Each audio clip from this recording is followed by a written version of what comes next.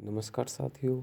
REET 2021 level 1 के अभ्यर्थियों को करना होगा ऑनलाइन रजिस्ट्रेशन व डॉक्यूमेंट अपलोड का प्रोसेस। आदेश जारी न्यू पोस्टिंग पोर्टल पर 5 मार्च 2022 से यह कार्य शुरू हो गया है।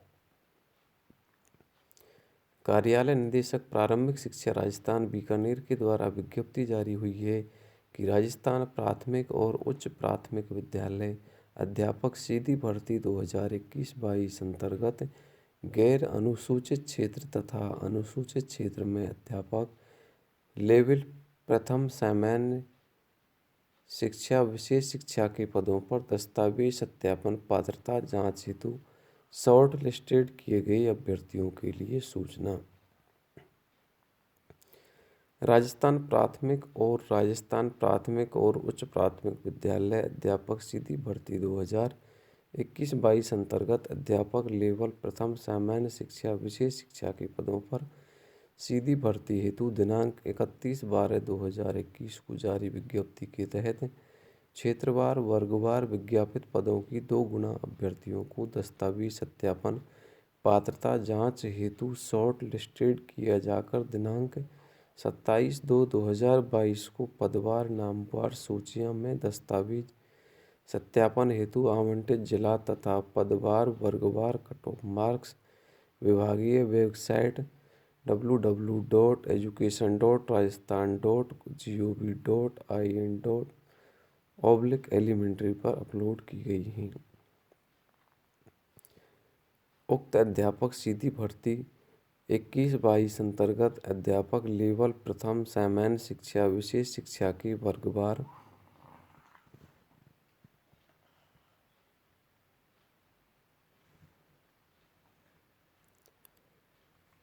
सूचियां अपलोड की गई हैं। ये उक्त अध्यापक सीधी भर्ती 2021-22 अंतर्गत अध्यापक लेवल प्रथम सामान्य शिक्षा विशेष शिक्षा के वर्गवार विज्ञापित 2 गुना शॉर्ट लिस्टेड किए गए अभ्यर्थियों को सूचित किया जाता है कि वे दस्तावेज सत्यापन पात्रता जांच हेतु विभागीय वेबसाइट पर जारी दिशा निर्देशों का अवलोकन करें एवं https://rajshaladharpan.nic.in/न्यू पोस्टिंग पर अनिवार्य रूप से रजिस्ट्रेशन करवाते हुए वांछित दस्तावेज अपलोड करें। दस्तावेज सत्यापन पात्रता जांच हेतु शॉर्ट लिस्टेड किए गए अभ्यर्थी उक्त पोर्टल पर दिनांक 5/3/2022 से 10/3/2022 तक रजिस्ट्रेशन एवं डॉक्यूमेंट अपलोड करना सुनिश्चित करें। संबंधित जिला शिक्षा अधिकारी द्वारा दस्तावेज सत्यापन पात्रता जांच हेतु https://rajshaladharpan.nic.in/न्यू पोस्टिंग पोर्टल पर स्थान एवं तिथि का निर्धारण किया जाएगा जो संबंधित अभ्यर्थी की लॉगिन में प्रदर्शित होगा तथा रजिस्टर्ड मोबाइल नंबर ईमेल पर सूचित किया जाएगा। अतः शॉर्ट लिस्टेड किए गए सभी अभ्यर्थी शाला दर्पण पोर्टल पर रजिस्ट्रेशन कर और लॉगिन आईडी से लॉगिन कर दस्तावेज सत्यापन के स्थान व तिथि के संबंध में अद्यतन स्थिति की जानकारी प्राप्त करते रहें। दस्तावेज सत्यापन में अनुपस्थित अभ्यर्थियों को अंतिम चयन सूची में शामिल नहीं किया जाएगा, जिसके लिए अभ्यर्थी स्वयं जिम्मेदार होंगे। इस प्रकार के आदेश डायरेक्टर महोदय के द्वारा जारी किए गए हैं। न्यू पोस्टिंग पोर्टल पर हमें क्लिक करना है, तो जैसे ही वहां पर क्लिक करेंगे तो आवेदक द्वारा अपनाई जाने वाली प्रक्रिया हमारे सामने आ जाएगी, जिसमें 4 ऑप्शन आएंगे। रजिस्टर, लॉगिन, वेरिफिकेशन और ध्यान देने के लिए कुछ निर्देश। रजिस्टर में होम पेज पर दिए गए एप्लीकेंट रजिस्ट्रेशन बटन पर क्लिक करके अपना पंजीकरण पूरा करें। पंजीकरण सफलतापूर्वक पूरा होने के बाद एप्लीकेंट लॉगिन बटन पर क्लिक करें। महत्वपूर्ण जानकारी के लिए पोर्टल को नियमित रूप से चेक करें। अनुसूची के अनुसार आवश्यक कार्रवाई जो भी आवश्यक हो उसे पूर्ण करें। ध्यान दें यदि मोबाइल नंबर या ईमेल बदल गया है तो उसे निदेशालय से संपर्क करना होगा। ये सारी डिटेल अभ्यर्थी के लिए एक बार प्रोसेस को पूरी तरह देख लेना है, उसके बाद ही कार्य करना है। उसके बाद में कुछ निर्देश दिए गए हैं कि दस्तावेज सत्यापन के लिए मुझे ऑनलाइन पंजीकरण करना होगा। तो पंजीकरण के लिए लिंक कहाँ होगा, आवेदन कहाँ करना होगा, पंजीकरण के साथ कौन कौन से दस्तावेज अपलोड करने होंगे, एक से अधिक पदों हेतु आवेदन किए जाने की स्थिति में क्या प्रत्येक पद के लिए अलग अलग पंजीकरण एवं दस्तावेज अपलोड करने होंगे। तो दस्तावेज सत्यापन में हाँ, ऑनलाइन पंजीकरण करना अनिवार्य होगा।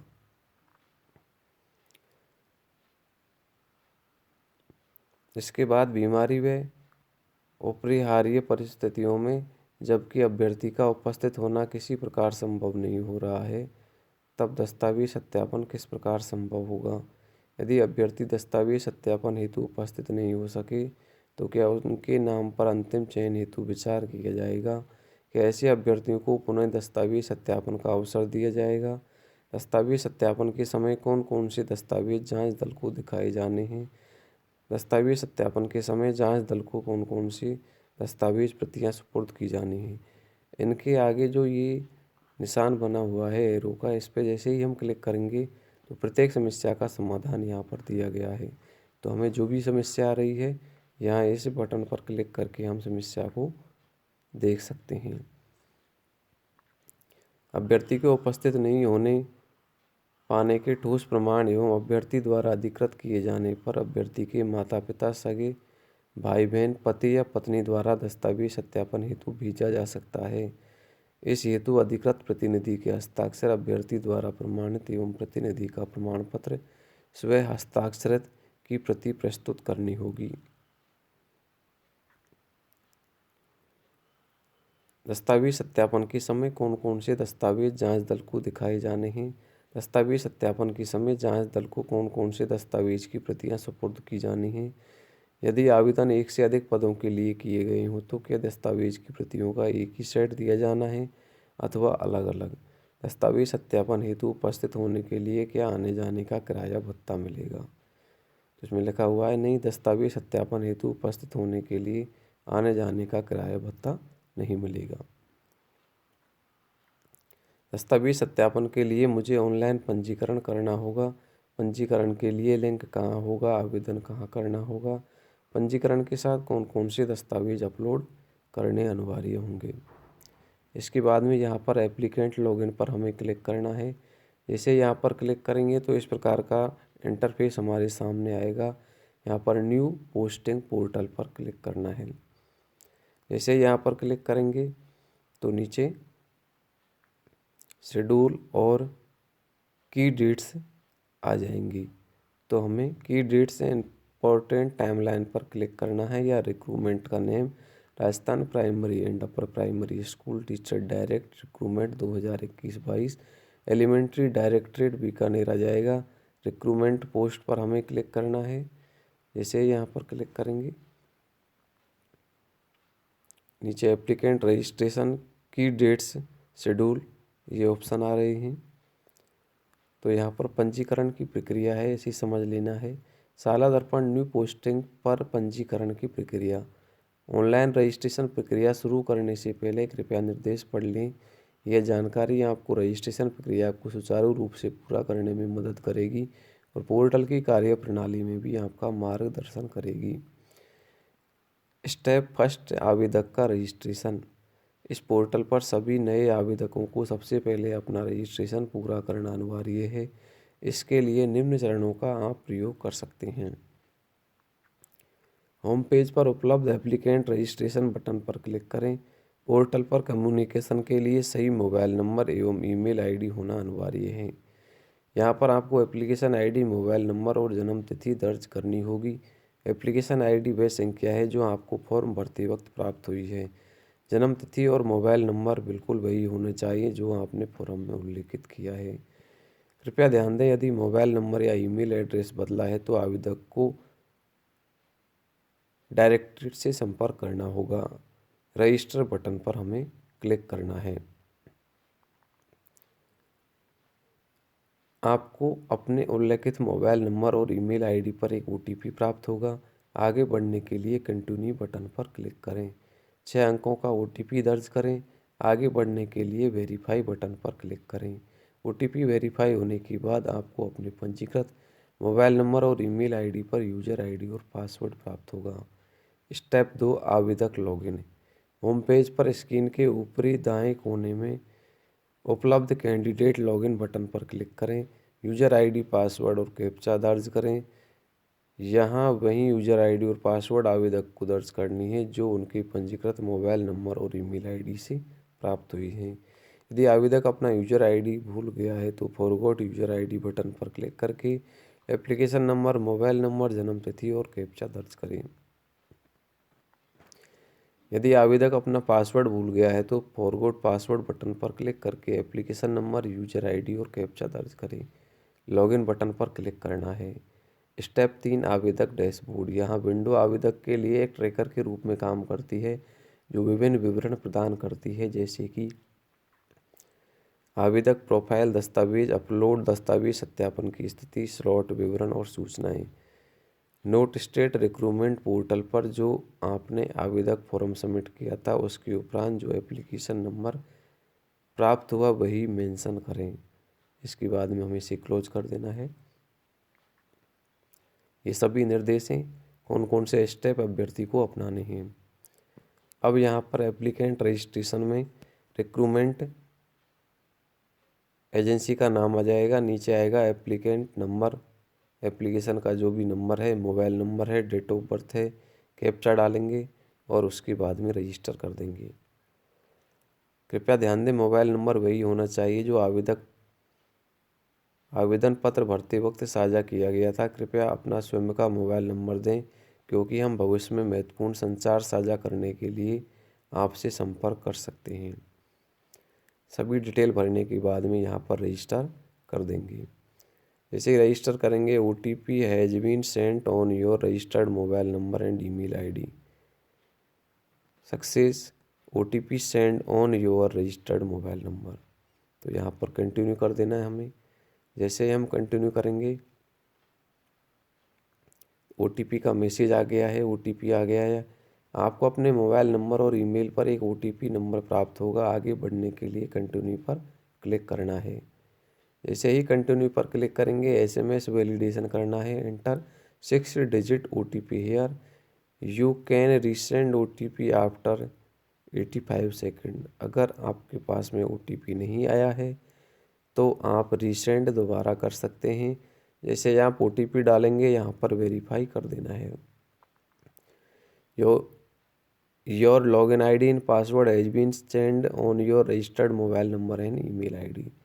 ये आपके मोबाइल नंबर और ईमेल आईडी पर आईडी पासवर्ड भेज दिए जाएंगे। जैसे ही आपके पास में आ जाएंगे तो वेरिफिकेशन सफल होने के बाद आवेदक को लॉगिन आईडी और पासवर्ड उनके मोबाइल नंबर और ईमेल पर प्राप्त होगा। लॉगिन करने के लिए ऊपर दिए गई एप्लीकेंट लॉगिन बटन पर क्लिक करें। जैसे ही लॉगिन बटन पर जाएंगे, यहाँ पर अपने आईडी, पासवर्ड और कैप्चा डाल देंगे। कैप्चा डालने के बाद में यहाँ पर लॉगिन कर देंगे। जो भी हमें ईमेल आईडी या मोबाइल नंबर पर लॉगिन आईडी, पासवर्ड प्राप्त हुए वो यहाँ पर डाल देना है, कैप्चा डाल देना है और लॉगिन कर देना है। ईमेल और मोबाइल नंबर पर जो लॉगिन क्रेडेंशियल प्राप्त हुए थे वो लॉगिन करें। लॉगिन बटन पर क्लिक करें। Enter 6 digit OTP here. फिर दोबारा से यहाँ पर 6 डिजिट का OTP दर्ज करके वेरीफाई कर लेना है। यह 2 स्टेप वेरिफिकेशन प्रक्रिया है जो पंजीकरण सफल होने के बाद होती है। 6 अंकों का OTP नंबर दर्ज करें और वेरीफाई बटन पर क्लिक करें। अर्थात 2 बार की स्टेप की प्रक्रिया है। एक बार वेरीफाई होने के बाद में दोबारा OTP आएगा लॉगिन होने के बाद में, और दोबारा अपन जब OTP डाल देंगे उसके बाद में ही वेरीफाई पर क्लिक करना है। जैसे ही वेरीफाई पर क्लिक करेंगे उसके बाद में यहाँ पर डैशबोर्ड आ जाएगा। Applicant registered, slot allotted by DO, document upload, document verify by DO, ये सभी प्रकार के ऑप्शन आएंगे। रजिस्टर्ड हुए हैं, डॉक्यूमेंट अपलोड हुए हैं, डीओ ने स्लॉट दिया है, डीओ ने वेरीफाई किया है। आवेदक को डैशबोर्ड पर प्रदर्शित होने वाली जानकारी इस प्रकार है। पंजीकरण का विवरण, दस्तावेज अपलोड विवरण, स्लॉट आवंटन विवरण, दस्तावेज सत्यापन की स्थिति। इस प्रकार का डैशबोर्ड पर 4 प्रकार की चीज़ें आएंगी। ये चारों प्रकार की आएंगी। तो एप्लीकेंट ने रजिस्टर्ड कर दिया है, इस प्रकार का यहाँ पर नंबर आ जाएगा, वेरीफाई आ जाएगा। इसके बाद में slot allotted by DO, yes या नो, इसका ऑप्शन आ जाएगा। आपके द्वारा डॉक्यूमेंट अपलोड कर दिए गए हैं और डॉक्यूमेंटों को वेरीफाई कर दिया गया है डीओ के द्वारा या नहीं, ये सभी प्रकार के ऑप्शन हमारे सामने आ जाएंगे।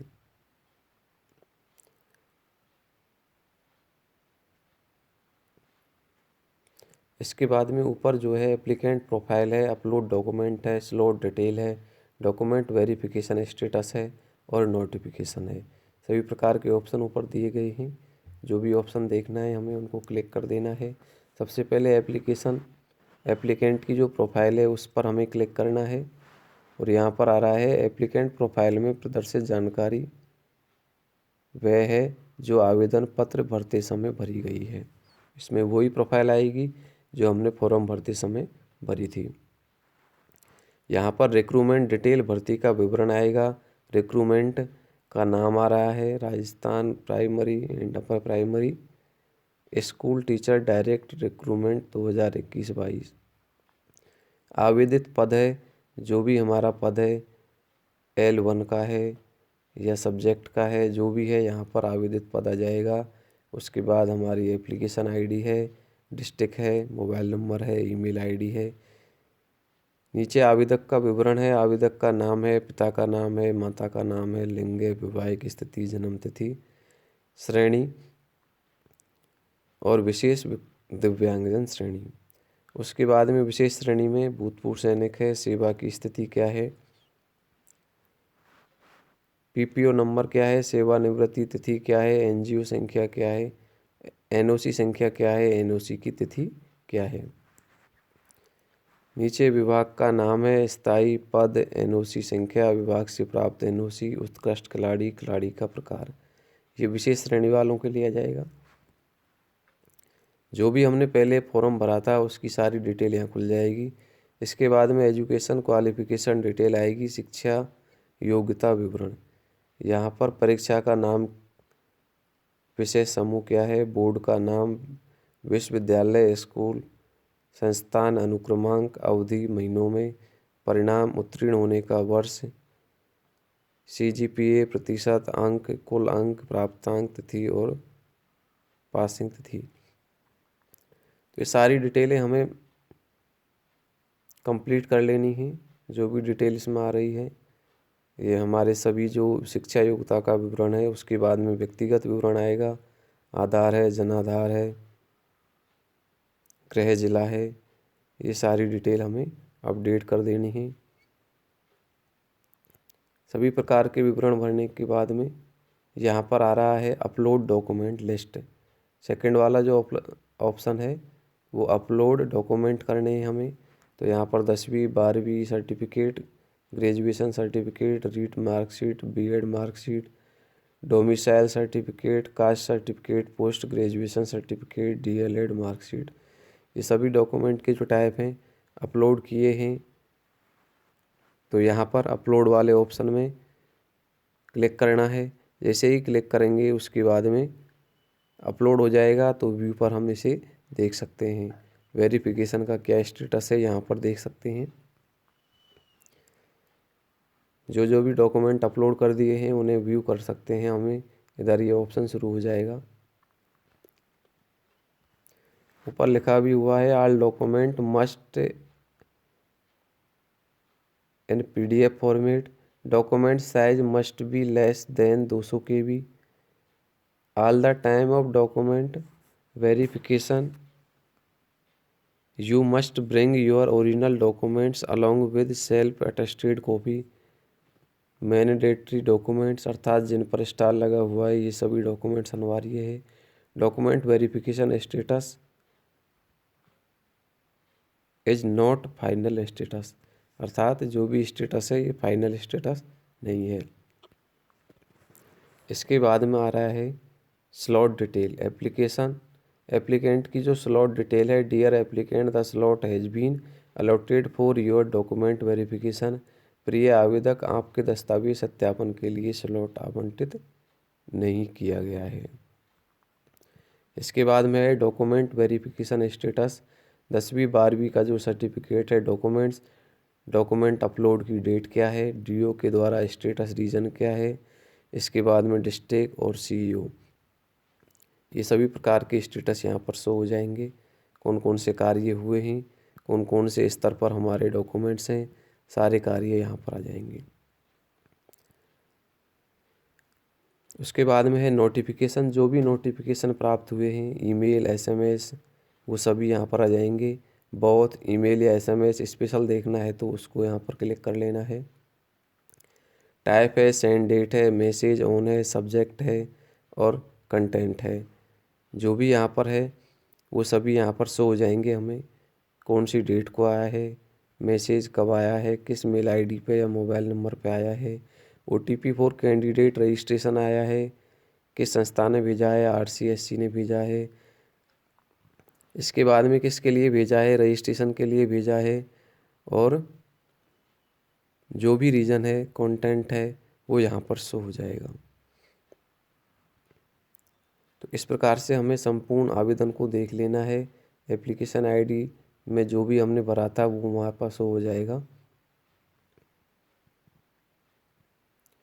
महत्वपूर्ण दस्तावेज चेकलिस्ट, सभी के लिए अनिवार्य दस्तावेज 10वीं के सर्टिफिकेट है, 12वीं सर्टिफिकेट, रीट मार्कशीट और डोमिसाइल सर्टिफिकेट।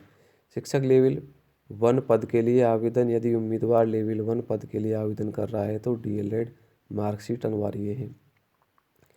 शिक्षक लेवल 2 पद के लिए आवेदन, यदि उम्मीदवार लेवल 2 पद के लिए आवेदन कर रहा है तो ग्रेजुएशन सर्टिफिकेट और बीएड मार्कशीट अनिवार्य है। कास्ट सर्टिफिकेट, यदि उम्मीदवार जनरल के अलावा किसी अन्य जाति का है तो कास्ट सर्टिफिकेट अनिवार्य है। महत्वपूर्ण दस्तावेज चेकलिस्ट डिवोर्स लेटर, यदि उम्मीदवार फीमेल और डिवोर्स्ड है तो यह पत्र अनिवार्य है। डेथ सर्टिफिकेट, यदि उम्मीदवार फीमेल है और विडो है तो जीवन साथी का मृत्यु प्रमाण पत्र अनिवार्य है। डिसेबिलिटी पीएस सर्टिफिकेट, यदि उम्मीदवार को कोई विकलांगता है तो यह पत्र अनिवार्य है। स्पोर्ट्स सर्टिफिकेट, अगर उम्मीदवार ने स्पोर्ट्स कोटा से आवेदन किया है तो यह पत्र अनिवार्य है। महत्वपूर्ण दस्तावेज चेकलिस्ट टीएसपी बोनाफाइड, यदि उम्मीदवार टीएसपी क्षेत्र से है तो टीएसपी बोनाफाइड सर्टिफिकेट अनिवार्य है। ईडब्ल्यूएस सर्टिफिकेट, यदि उम्मीदवार समाज के आर्थिक पिछड़ा वर्ग से है तो ये सर्टिफिकेट अनिवार्य है।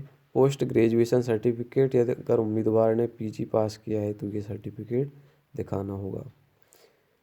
Pension diary, NOC, PPO section officer documents, यदि उम्मीदवार किसी भूतपूर्व सेवा श्रेणी का है तो ये प्रमाण पत्र आवश्यक है। उसके बाद में देखो यहाँ पर ये जो ऑप्शन आ रहा है कैंडिडेट का, इस पर हमें जैसे ही ओके करेंगे तो लॉगिन हिस्ट्री आ जाएगी, चेंज पासवर्ड आ जाएगा, लास्ट लॉगिन डिटेल आ जाएगी। तो यहाँ पर हम चाहते हैं चेंज पासवर्ड, तो यूजर नेम आ जाएगा, लॉगिन आईडी आ जाएगी, करंट पासवर्ड डालेंगे हम, न्यू पासवर्ड और कन्फर्म पासवर्ड डालकर इसे सेव कर सकते हैं। तो इस प्रकार हम अपना पासवर्ड भी यहाँ पर चेंज कर सकते हैं, जो भी करंट है उसे डालेंगे, न्यू और कन्फर्म पासवर्ड डाल करके हम यहाँ पर ओके कर देंगे और इस प्रकार से हमारे पासवर्ड भी यहाँ पर चेंज हो जाएंगे। तो इसमें हमें आपको पूरा एप्लीकेशन भरने का प्रोसेस दिखाया है, प्रयास किया है कि आपको सही जानकारी प्राप्त हो, फिर भी आप ऑफिशियल जानकारी को ही सही माने। साथियों, वीडियो को देखने के लिए धन्यवाद। वीडियो को लाइक और चैनल को सब्सक्राइब करना न भूलें। धन्यवाद।